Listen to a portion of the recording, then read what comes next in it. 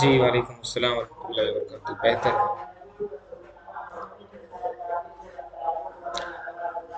तो हम क्लास शुरू करते हैं। एक बार आपके यहाँ पे ऑप्शन मिलेगा, तो वहाँ पर आप बताएंगे कि सब चीज़ सही है, आपको आवाज़ आ रही है, स्क्रीन शेयर हो रही है, हम कुछ लिख रहे हैं तो क्या आपको दिखाई दे रहा है। एक बार प्लीज़ माइक को अनम्यूट करेंगे आप और बोलेंगे, आप जवाब देंगे।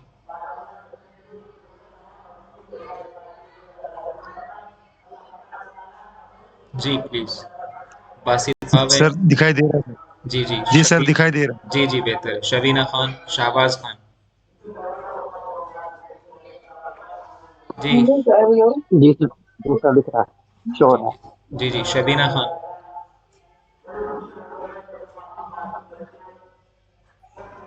जी अल्हम्दुलिल्लाह दिख रहा है, सब आवाज भी आ रही है। ठीक है ठीक। ठीक है, हम शुरू करते हैं। बिस्मिल्लाहिर्रहमानिर्रहीम।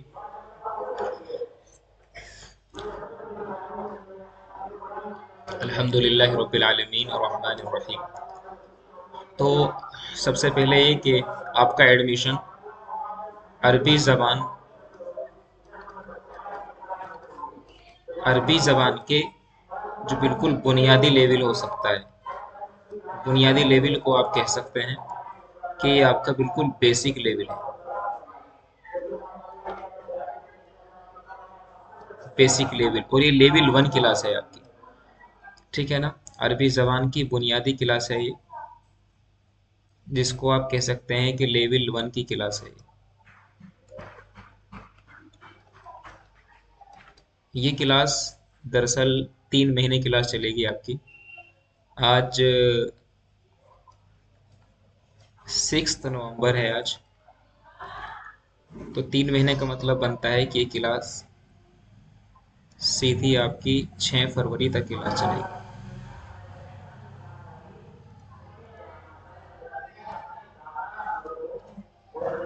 तो 6 नवंबर सन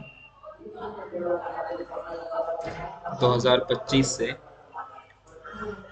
6 फरवरी सन 2026 तक क्लास चलेगी आपकी। क्लास की टाइमिंग आपकी अभी हमने, अगर हम वक्त की बात करें, तो अभी आपकी क्लास का वक्त 6:20 रखा है शाम में। जैसे ही हमारा वक्त बदलेगा तो ये हमारी क्लास का वक्त भी बदल जाएगा। आगे कोई आप अपने बारे में कोई सवाल करना चाहें तो आपको बताना होगा कि आप किस बैच के हैं। तो ये बैच एफ है, एफ, इसको याद रखेंगे। आप कोई भी बात, कोई भी सवाल करना चाहते हैं कि हमारे साथ ये हुआ है, हमें वो चीज़ नहीं मिली, हमारी क्लास नहीं हो रही, तो आपसे सवाल होगा कि आपका बैच क्या है। तो आपको इस बैच का ध्यान रखना है कि हमारा जो बैच है वो बैच एफ है। ठीक है। आज की क्लास बिल्कुल बुनियादी है। अगर आपको सिर्फ उर्दू पढ़ना आता है, आप सिर्फ उर्दू को पढ़ सकते हैं, जान सकते हैं, तो आप बहुत आसानी से अरबी ज़बान सीख लेंगे। देखिए, यहाँ पर सबसे जो ज़रूरी बात है वो ये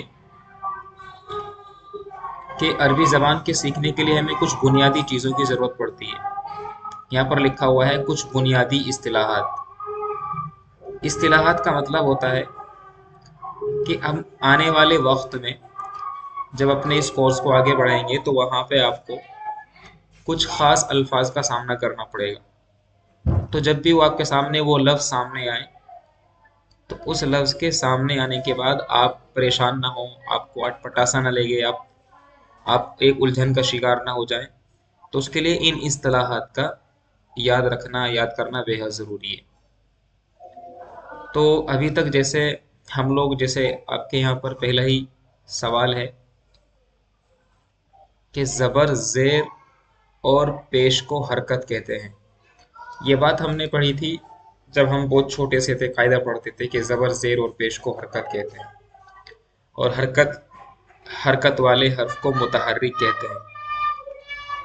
तो आने वाले वक्त में आपसे सवाल यही होगा कि इस लफ्ज़ पर क्या हरकत है। मिसाल के तौर पर अगर मैं लिखूं कि अल्हम्दुलिल्लाहि रब्बिल आलमीन,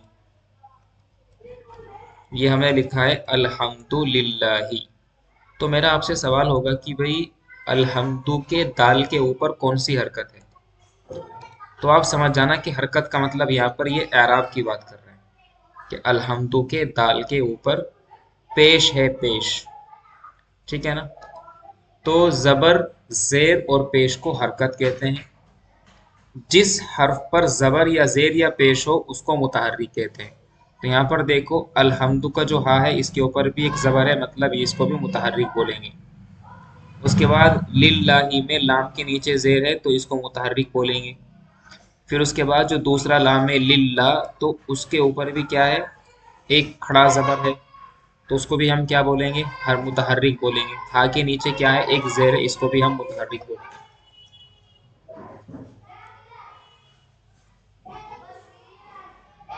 समझ में आ रही है बात?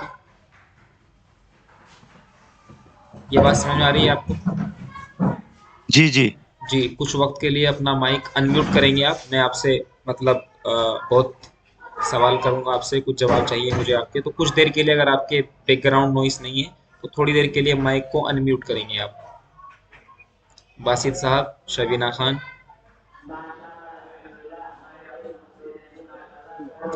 जी हजरत। जी जी जी। तो जिस हर्फ पर जबर या जेर या पेश हो उसको मुतहर्रिक कहते हैं, ये बात याद रखेंगे। इसके बाद यहाँ पर क्या बोला जा रहा है, जबर के दो नाम और हैं। जबर के कितने नाम और हैं? जबर के दो नाम और हैं, फतह और नसब। मतलब यह है कि हम जबर को फतह भी बोल सकते हैं, फतहा, फतहा, या जबर को हम नस्ब भी बोल सकते हैं। अरबी जबान में जब हम अरबी जबान सीखते हैं तो अरबी जबान के अंदर जबर का एक अलग नाम होता है, वैसे ही जेर का अलग नाम होता है, वैसे ही पेश का अलग नाम होता है। ये तो हम लोग जब कायदा पढ़ते हैं, कुरान करीम नाजरा सीखना चाहते हैं तो जबर जेर पेश का अलग मतलब बताया जाता है। लेकिन यहाँ पर अलग अलग मतलब है। यहाँ पर तो क्या बोले कि जबर के दो नाम और हैं, एक फतहा और एक नसब। तो जबर के दो नाम और हैं, एक फतहा एक नसब। वैसे ही जेर के भी दो नाम हैं, तो जेर को हम क्या बोल सकते हैं, जर और कसरा। तो जेर के भी दो नाम और हैं, जर और कसरा। जेर को हम दो नामों से और पुकारते हैं, जर और कसरा। वैसे ही पेश के भी दो नाम और हैं, रफा और जम्मा।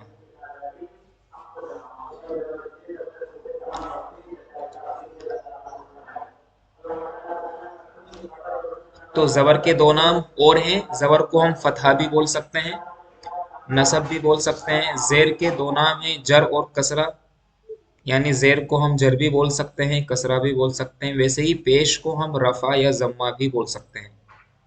सुकून का, सुकून बोले तो जज़म, तो जज़म का भी एक नाम है।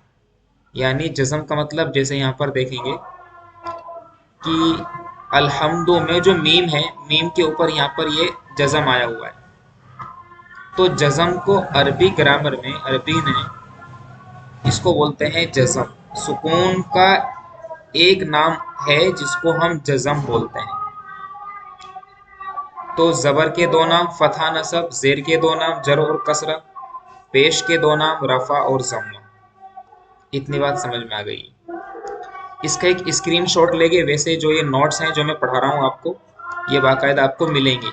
ठीक है ना। जो नोट्स मैं आपको पढ़ा रहा हूँ जहाँ पर हम ये लिख रहे हैं, ये पूरी पूरी किताब आपको मिलेगी पीडीएफ, या अभी आपको जैसे ही आपसे बातचीत होगी तो वैसे ही आपको पीडीएफ ये सेंड कर दी जाएगी। ठीक है ना। तो इसका एक स्क्रीनशॉट ले लेंगे ताकि हम आगे बढ़ सकें।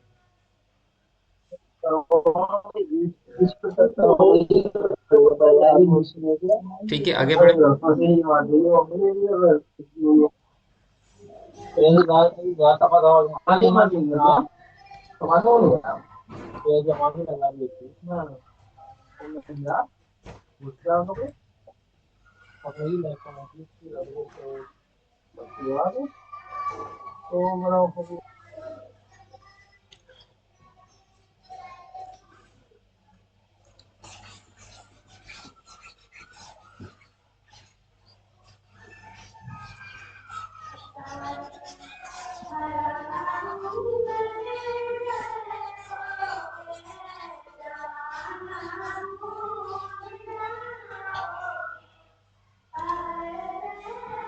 इसके बाद यहाँ पर कह रहे हैं कि जिस हर्फ पर भी जबर होगा उसे हम मफ्तू कहेंगे या मंसूब कहेंगे। यानी पहले हमने ये देखा कि हम जबर को फतहा या नसब बोल सकते हैं, वैसे ही अब हम ये कह रहे हैं कि भाई जिस हर्फ के ऊपर भी जबर होगा उसको मफ्तू बोलेंगे या मंसूब बोलेंगे।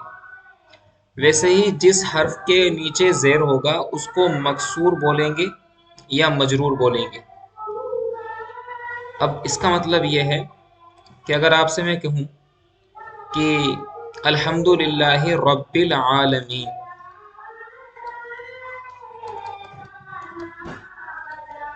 रब्बिल आलमीन, मेरा सवाल आपसे होगा कि रब्बी में बा क्या है, बा, तो आपका जवाब होगा सर ये बा तो मजरूर है या मकसूर है। आपको अब ये नहीं बोलना है कि बा के नीचे जेर है, आप बोलेंगे सर ये बा तो मजरूर है या मकसूर है क्योंकि इसके नीचे जेर आया हुआ है। वैसे ही जिस हर्फ के ऊपर पेश होगा उसको मजमूम बोलेंगे या मरफू बोलेंगे। जैसे मैं आपसे सवाल करूं कि अल्हम्दु, अल्हम्दु में दाल के ऊपर क्या है, दाल क्या है, दाल, तो आप बोलेंगे सर ये दाल मरफू है या मजमूम है। अब आपको ऐसा नहीं बोलना है कि इस दाल के ऊपर पेश है, आपको क्या बोलना है कि ये दाल मजमूम है। फिर मैं कहूँगा भाई दाल मजमूम क्यों है, तो आप बोलेंगे सर दाल जो है इस दाल के ऊपर रफा है या जम्मा है, पेश नहीं बोलना है आपको। रफा क्यों है, जम्मा क्यों है, ये हम आगे आगे पढ़ेंगे, ठीक है ना। वैसे ही हमारा एक और ये है कि जिस हर्फ के ऊपर जज़म हो उसको हम दो अल्फाज से, दो नामों से पुकारते हैं, उसको या तो मजजूम बोलते हैं या साकिन बोलते हैं। वैसे ही जिस हर्फ के ऊपर तशदीद हो उसे मुशद्दद कहते हैं, ठीक है ना। तो जिस हर्फ के ऊपर तशदीद हो उसे क्या कहते हैं, उसे मुशद्दद कहते हैं। वैसे ही जिस लफ्ज से कोई एक हालत या कोई एक चीज मालूम हो तो उसे वाहिद या मुफरद कहेंगे। क्या मतलब, यहाँ पर क्या सवाल किया जा रहा है मैं आपको बता देता हूँ।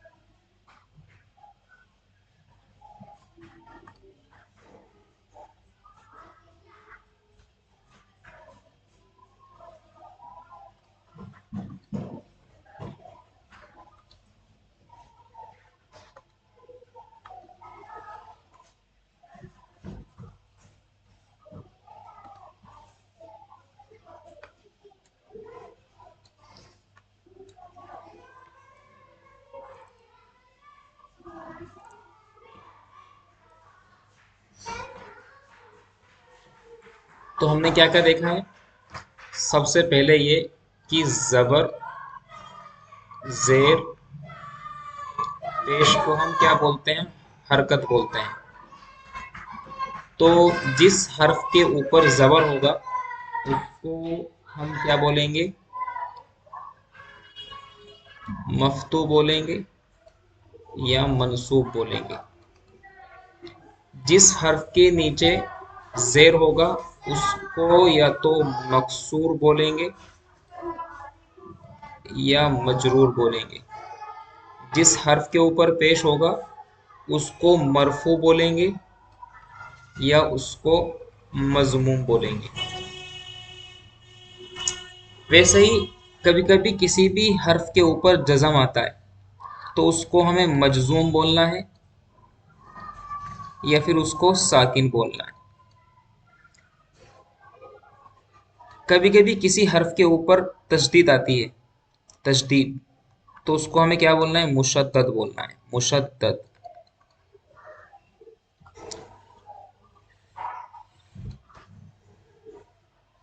तो बात याद रखेंगे, जबर जेर पेश को हम क्या बोल देते हैं, जबर को, जेर को, पेश को हरकत बोलते हैं, जिस पर हरकत हो उसे मुतारिक बोलते हैं। जबर को हम फतहा बोल देते हैं या नसब बोल देते हैं। वैसे ही हम जेर को जर बोलते हैं या फिर कसरा बोलते हैं। वैसे ही पेश को हम रफा बोलते हैं या जम्मा बोलते हैं। जज़म को हम जज़म भी बोल देते हैं, सुकून भी बोल देते हैं। मुशद्दद यानी तशदीद, जिस पर तशदीद हो उसको क्या बोलते हैं? मुशद्दद बोलते हैं।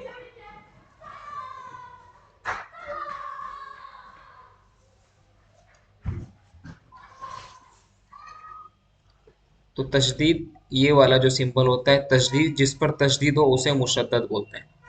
तो ये तो वो सब चीजें थी जो आपने पहले भी पढ़ी होगी जब आप कायदा पढ़ते थे। अब यहाँ पर थोड़ा सा आपको समझना है। देखिए, अरबी जबान का मामला ऐसा है कि अरबी जबान में कोई चीज या तो एक होगी या फिर दो होगी या फिर तीन होगी।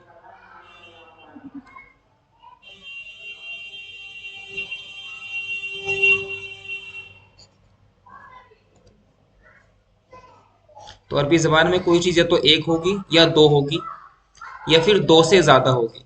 तो तीन या तीन से भी ज्यादा होगी, तीन से भी ज्यादा होगी।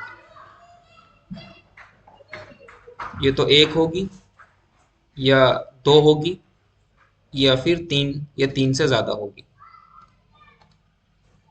तीन होगी या तीन से ज्यादा होगी। क्या मतलब है इस बात का? तो कोई चीज, मैं मिसाल के तौर पर यहाँ पर एक लफ्ज बोल रहा हूं। मैंने कहा कि एक कलम, तो मैं बोलूंगा कलमुन, ये एक कलम। या फिर कलम दो भी हो सकते हैं, तो मैं बोलूंगा कलमानी।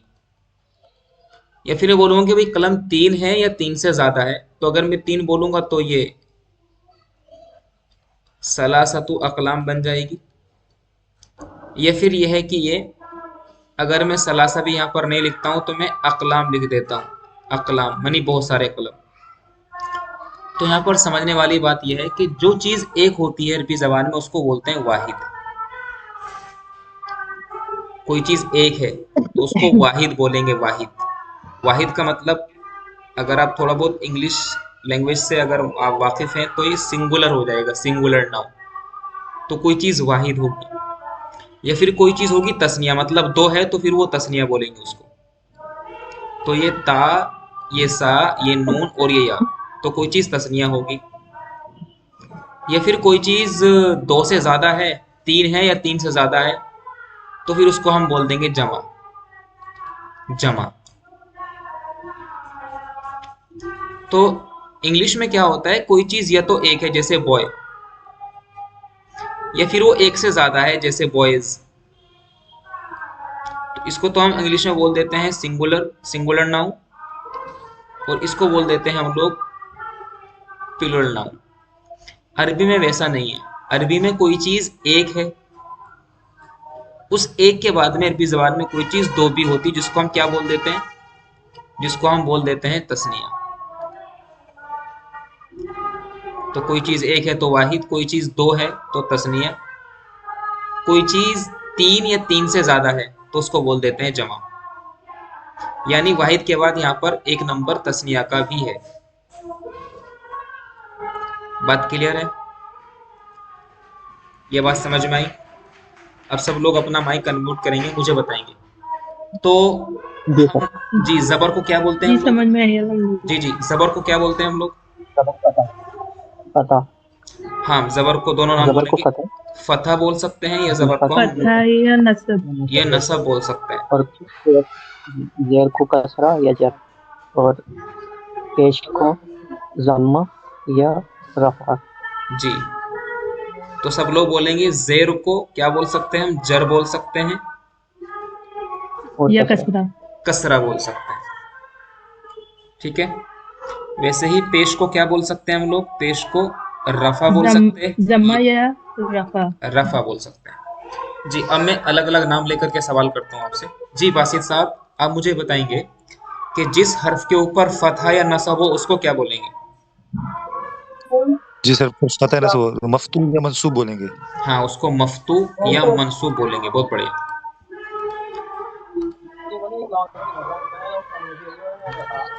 तो उसको मफ्तू बोलेंगे या फिर मनसूब बोलेंगे। जिसके ऊपर जर या जिसके नीचे जर हो या कसरा हो तो क्या बोलेंगे उसको शबीना? मजरूर या मकसूर। हाँ, उसको मजरूर बोलेंगे या फिर मकसूर बोलेंगे।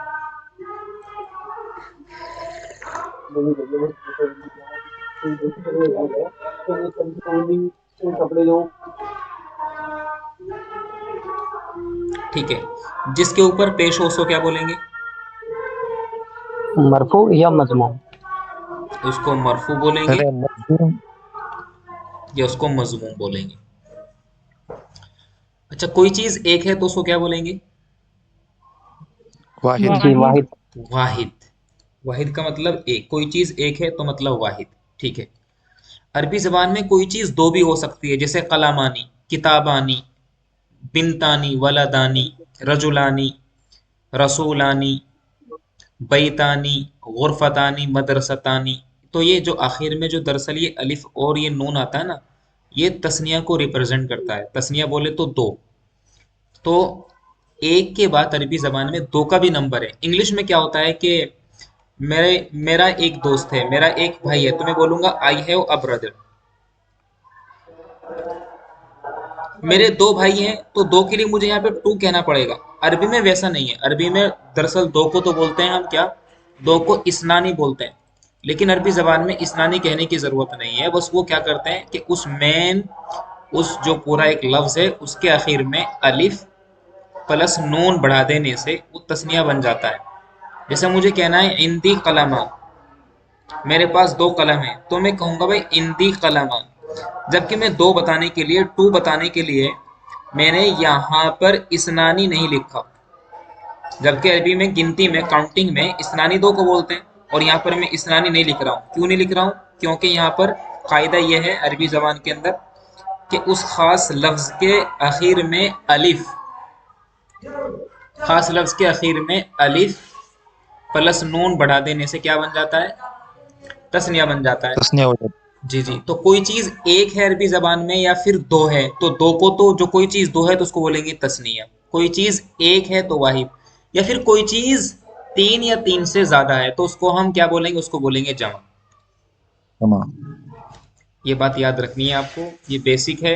आगे हमारी बुनियाद इसी पर चलनी है। पूरी बिल्डिंग हमारी इसी पर ही कंस्ट्रक्ट की जानी है। कोई सवाल यहाँ से, कोई परेशानी आपको? जी नहीं। नहीं सर। जी ठीक, बहुत बेहतर है। यहाँ पर अगर हिंदी की सुनानी कलामानी कर दिया तो गलत हो जाएगा या एम्फेसाइज हो जाएगा? जी क्या कह रहे हैं? मैं कह रहा हूँ हिंदी की सुनानी कलामानी अगर कर दिया तो ये एम्फेसाइज होगा या रॉन्ग हो जाएगा, गलत हो जाएगा? हाँ, ये रॉन्ग हो जाएगा ये। ठीक है ना, इंदी कलामानी कहना काफी है। जी जी सही।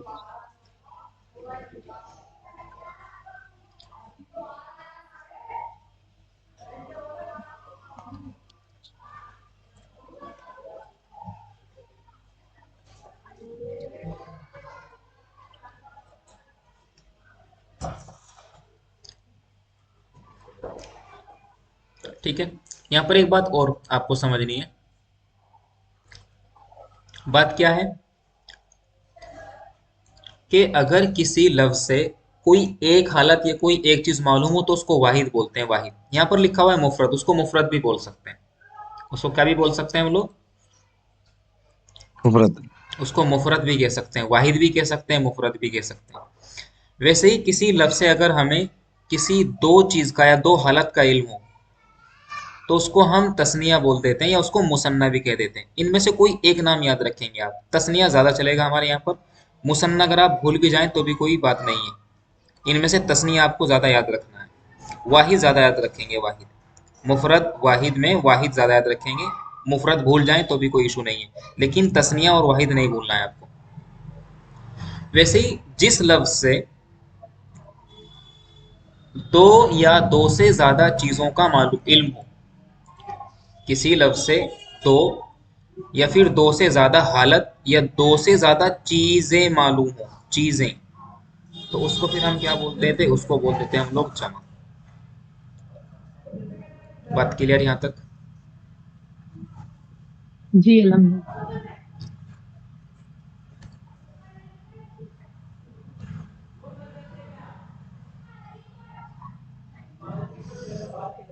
ठीक है।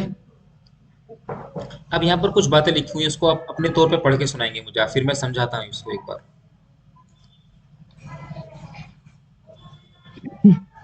जी, ये सबक नंबर 1 खत्म हो गया आपका ये, ठीक है ना। अब आपका ये सबक नंबर 2 शुरू हो रहा है। जी बताएंगे, तो थोड़ा सा पढ़ के सुनाएंगे।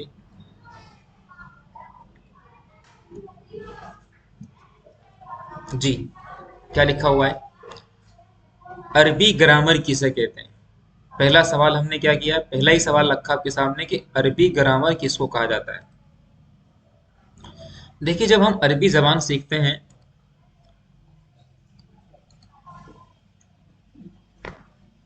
मेरी आवाज आ रही है आपको? आप जी जी जी। जी आगे। जी जी।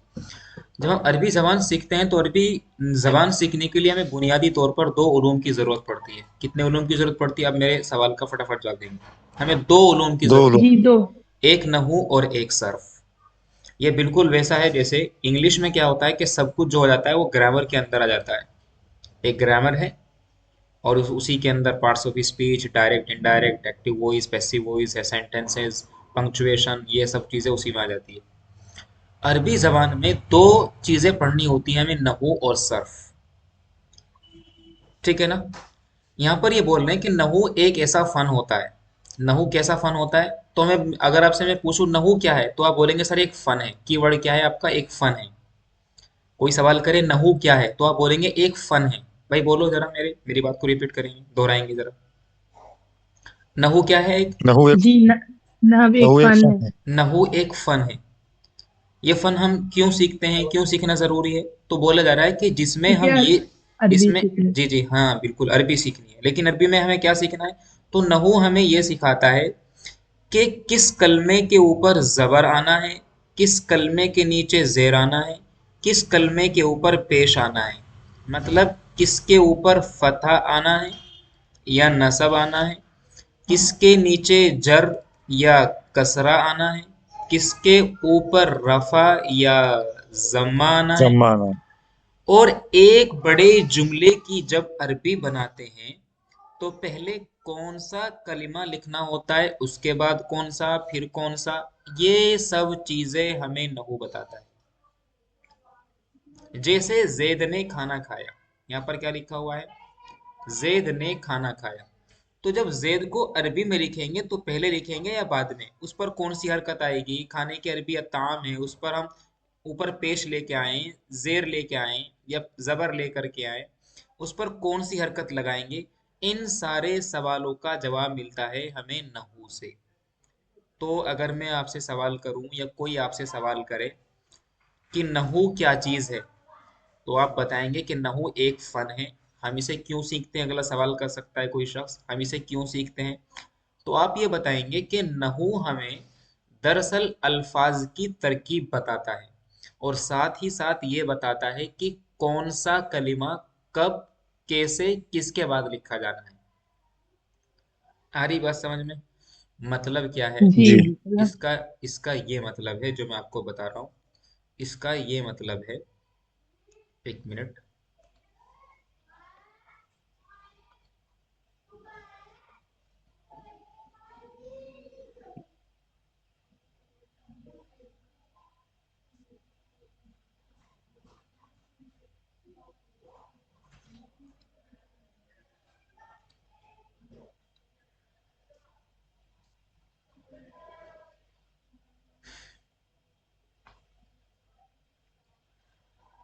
एक मिनट।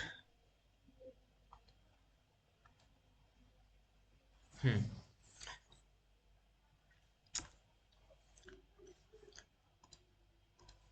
जैसे हमने कहा है कि जैद ने खाना खाया, जैद ने खाना खाया, इसमें दो चीजें हैं। दो चीजें क्या क्या हैं? बल्कि तीन चीजें हैं इसमें। एक तो हो गया जैद, एक हो गया खाना, एक हो गया खाया। मतलब जैद सर, कौन है? एक नाउन है। खाना क्या है? ये भी एक नाउन है। खाया क्या है? एक वर्ब है। तो जब हम इसकी तरकीब, जब इसको हम अरबी जबान में लिखेंगे, तो अरबी जबान का उसूल ये कहता है कि हमारे यहाँ अरबी जबान में जुमला हमारा राइट टू लेफ्ट चलता है। जुमला बोले तो सेंटेंस, अरबी जबान में हमारा जुमला कहाँ से कैसे चलता है? राइट टू लेफ्ट चलता है, राइट से लेफ्ट। राइट से लेफ्ट की तरफ चलता है। तो इसके बरअक्स इंग्लिश में हमारा सेंटेंस चलता है लेफ्ट टू राइट, ऐसे चलता है ऐसे। तो तरकीब क्या रहती है इंग्लिश जबान में? इंग्लिश में तरकीब ये रहती है कि पहले हम सब्जेक्ट लिखते हैं फर्स्ट नंबर पर, सेकंड नंबर पर हम वर्ब लिखते हैं, और थर्ड नंबर पर हम ऑब्जेक्ट लिखते हैं। अरबी में ज़रा थोड़ा सा मुख्तलिफ है। मुख्तलिफ कैसे है कि अरबी ज़बान के अंदर पहले नंबर पर हम लिखते हैं फ़ैल। फ़ैल का मतलब इसको जैसे आप इंग्लिश में वर्ब बोलते हैं। दूसरे नंबर पर हम लिखते हैं फ़ाइल। फ़ाइल वही जो हमारे यहाँ इंग्लिश में सब्जेक्ट होता है। तीसरे नंबर पर लिखते हैं हम लोग मफ़ूल, जिसको आप इंग्लिश में ऑब्जेक्ट बोल देते हैं। तो जब मैं इस जुमले की अरबी बनाऊंगा, अभी मैं समझा रहा हूँ आपको, परेशान नहीं होना है कि भाई ये इतना टफ जुमला कैसे बनेगा। टफ नहीं है, मैं बता रहा हूँ आपको। जैद ने खाना खाया, तो देखो यहाँ पर खाने का काम हो रहा है, खाना खाया, मतलब यहाँ पर क्या हो रहा है? ईट का काम हो रहा है, कंज्यूम का काम हो रहा है, कंज्यूम, ईट। क्या खाया उसने? फूड खाया। किसने खाया? जैद ने खाया। तो हम क्या करेंगे, पहले खाने की अरबी लेकर के आएंगे। तो मैं लिखूंगा पहले क्या? पहले मैं लिखूंगा अकला। अकला किसकी अरबी है? खाना। अकला का मतलब होता है खाना। तो मैंने बोल दिया अकला। किसने खाया? फाइल ने, खाने वाले ने खाया। खाने वाला कौन है? खाने वाला जैद है। जेड। उसने क्या खाया? खाना, फूड खाया। फूड यानी फूड को बोलते हैं अरबी जबान में अत्ताम। तो नहू क्या बता रहा है हमें? नहू क्या बता रहा है कि किस लफ्ज पर कौन सी हरकत आनी है। जबर आना है, जेर आना है, पेश आना है, रफा, नसब, जर, कसरा, जम्मा, ये सब क्या आना है, ये नहू बताएगा हमें। तो जब हम नहू पढ़ लेंगे, नहू बताएगा कि भाई देखो, अकला को हर तीन हरफ के ऊपर भाई जबर रखो, अकला। भाई देखो, जैद फाइल है तो भाई जैद तो मरफू होता है, मतलब हमेशा उसके ऊपर पेश आता है, तो भाई इसको जैदुन कर दो। और क्योंकि अत्तामा मफूल है, तो भाई इस अत्तामा मीम के ऊपर जबर दो। तो अब मैं अगर आपसे सवाल करूं, मेरा सवाल आपसे ये हो कि मुझे आप ये बताएं कि अकला में इस आखिर वाला जो ये हर्फ है लाम, इस पर यहाँ पर जबर क्यों आया? जेद जो है, जेद की दाल के ऊपर दो पेश क्यों हैं? और जो ये अत्तामा जो मीम है, इस मीम के ऊपर जबर क्यों है? तो इन सब सवालों का जवाब मिलेगा मुझे नहू से। इन सब नहव में। सवालों के कौन जवाब देंगे? नहू से जवाब मिलेगा, नहू नहव। से। तो ये मुझे किसने बताया कि मैं पहले फेल लेकर के आऊं पहले नंबर पर, दूसरे नंबर पर फाइल लेकर के आऊं, तीसरे नंबर पर मफूल लेकर के आऊं? ये मुझे किसने बताया? ये बताया मुझे नहू ने। नहव। आ रही बात समझ में? जी। जी। तो अभी हम शुरू के लगभग लगभग 2 मंथ्स, लगभग 2 महीनों में हमारी कुछ भी नहीं तो कम से कम 50 के आसपास क्लासेस होनी है। तो उसमें हम नहू को डिस्कस करेंगे, जिसमें थोड़ा सा मटेरियल सर्फ का भी होगा।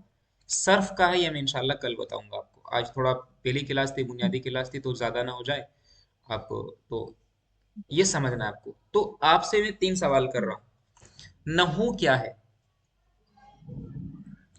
नहू नहव एक एक फन है। फन है। नहू एक फन है। नहू क्यों पढ़ते हैं? नहव इसलिए कलमे पढ़ते हैं कि कलमे की हरकत को हम बताने के लिए। नहू क्यों जेर पढ़ते हैं? जबर पेश था। नहव कलमे पढ़ते के हैं इसलिए आखिरी। ताकि हम एक सेंटेंस की सेटिंग समझ सके कि पहले क्या लिख, मतलब कौन सा वर्ड पहले आएगा, उसके बाद क्या आना है, क्या उसके बाद एक सेंटेंस की सेटिंग कैसे होती है। इंग्लिश की अलग होती है, अरबी की अलग होती है। पहले फेल आता है, फिर फाइल, फिर मफूल आता है। उसकी फेल है तो उसकी क्या हरकत होंगी और क्यों होंगी, उसकी रीजन जानते हैं, और उसकी मतलब सेटिंग जानते हैं कि सेंटेंस को कैसे सेटिंग करनी है। हाँ तो अब तीन, हाँ तो 3 बातों में अपनी बात खत्म करें। कोई भी सवाल करता है नहू क्या है? नहू एक फन है। हम नहू क्यों पढ़ते हैं? अरबी जबान सीखने के लिए। इसकी अहमियत क्या है कि ये हमें किसी भी हर्फ के ऊपर किस तरह की हरकत होनी है, जबर या नसब होना है, जेर होना है, पेश होना है। फिर ये क्या करता है, इसको अच्छा जानना, अच्छा पढ़ना क्यों जरूरी है? तो आप कहेंगे इसका मकसद क्या है, कोई सवाल करे तो आप बोलेंगे कि ये अरबी जबान में जबर जेर पेश की होने वाली गलतियों को खत्म करता है। जी। अरबी जबान में जबर जेर पेश होने वाली, मिसाल के तौर पर यहाँ पर अकला जैतुन अत्तामा को मैं क्या करूं, अत्तामा के ऊपर मैं पेश डाल दूं तो गलत हो जाएगा। ये तो गलती कर दी मैंने। जी। तो मैंने गलती कर दी, मुझे किसने बताया? ये बताया मुझे नहू ने। ना। ठीक है ना? जी। जी। तो ये आपकी क्लास इसी तरीके से क्लासेस चलती रहेगी इंशाअल्लाह ताला। नोट्स आपको मिल जाएंगे इसके, पहली क्लास के भी आपको। एक मिनट में,